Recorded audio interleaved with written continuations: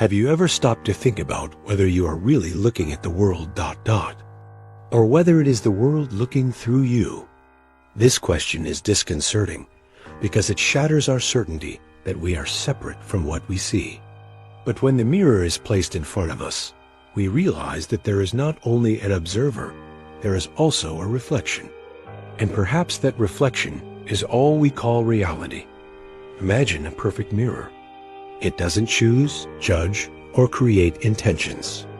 It simply reflects. So is life. We don't see things as they are, but as we are. Every smile, every silence, every shadow is just a reflection of what we carry inside. If the mirror is cloudy, we call the world broken.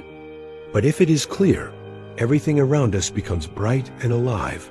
God, it's strange to think about it. But the universe is not out there like a chest full of things.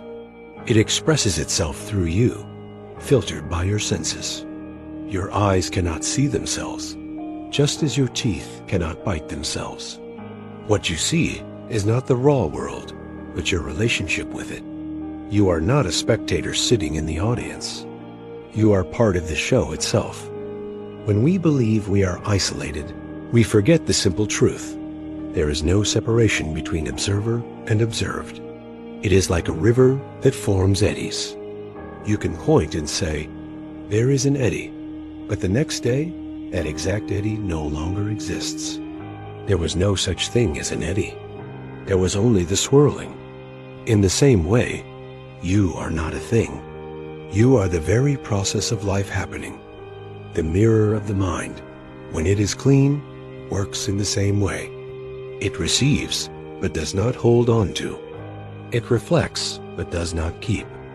It is what the ancient sages described as the free mind, one that does not grasp, does not refuse, does not edit. We, however, have turned this mirror into a scrapbook, collecting pains and memories, trying to correct a story that was never under our control. But what would happen if, for a moment, you stopped trying to edit what you see? If you let each moment pass through you like light passing through glass, the mirror would become clear again, and in the silent reflection would appear what has always been present. Not a character, not a name, but pure consciousness. Not someone looking at life from the outside, but life itself recognizing itself. Try to search for who you are, and you will soon realize the paradox. You can list your profession, your tastes, your memories, but all these labels are clothes hanging on a hanger. Go deeper, beyond the body, beyond breathing, beyond the mind that tries to define, and you will find something impossible to grasp, because what you are looking for is already who you are looking for. It's like trying to bite your own teeth, and that is where the beauty lies. The universe seems to hide from itself only to find itself again. You are not an isolated self inside a body.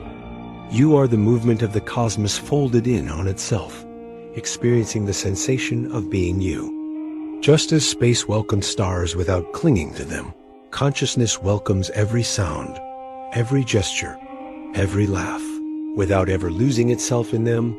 The silence that sustains all sounds is not emptiness. It is fullness. It is the source from which all worlds are born.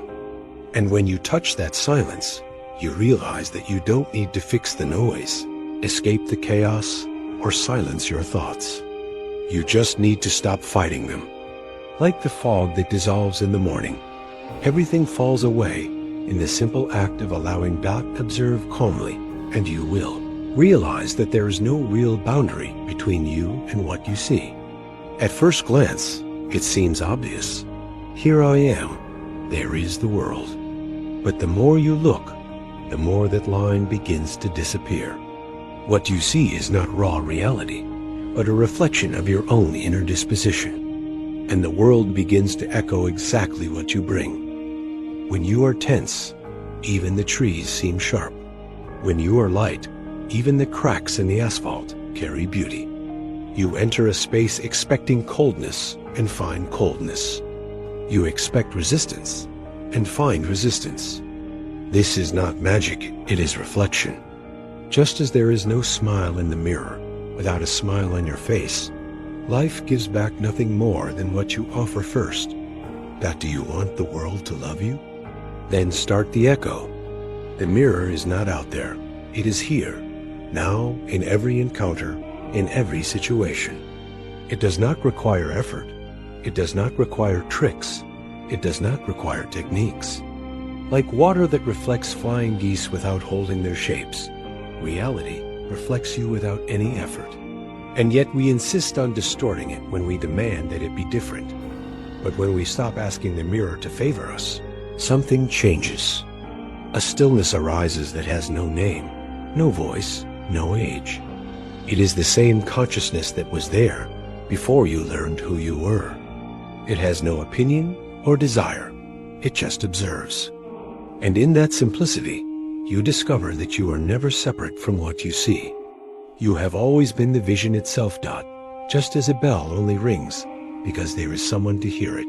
The universe only exists because you participate in it. You are not living in the world. The world is happening in you. The wave is not afraid to break when it recognizes that it is the ocean. The dancer does not need applause when he understands that he and the dance are inseparable. Fear dissolves when separation is revealed as an illusion. And the moment you remember, not as a belief, but as a silent certainty, everything becomes transparent. The game of life continues, forms change, the music goes on. But the stillness beneath the melody remains intact. This silence is not absence. It is the fullness that has always sustained every experience. It is the spotless mirror, the cloudless sky, the faceless consciousness. And even when you forget, when you lose yourself in stories and characters, the mirror remains there, faithfully reflecting, because what it shows has never been absent. And what you have always sought was not hidden elsewhere. It was simply the act of looking life looking at itself, using its own eyes.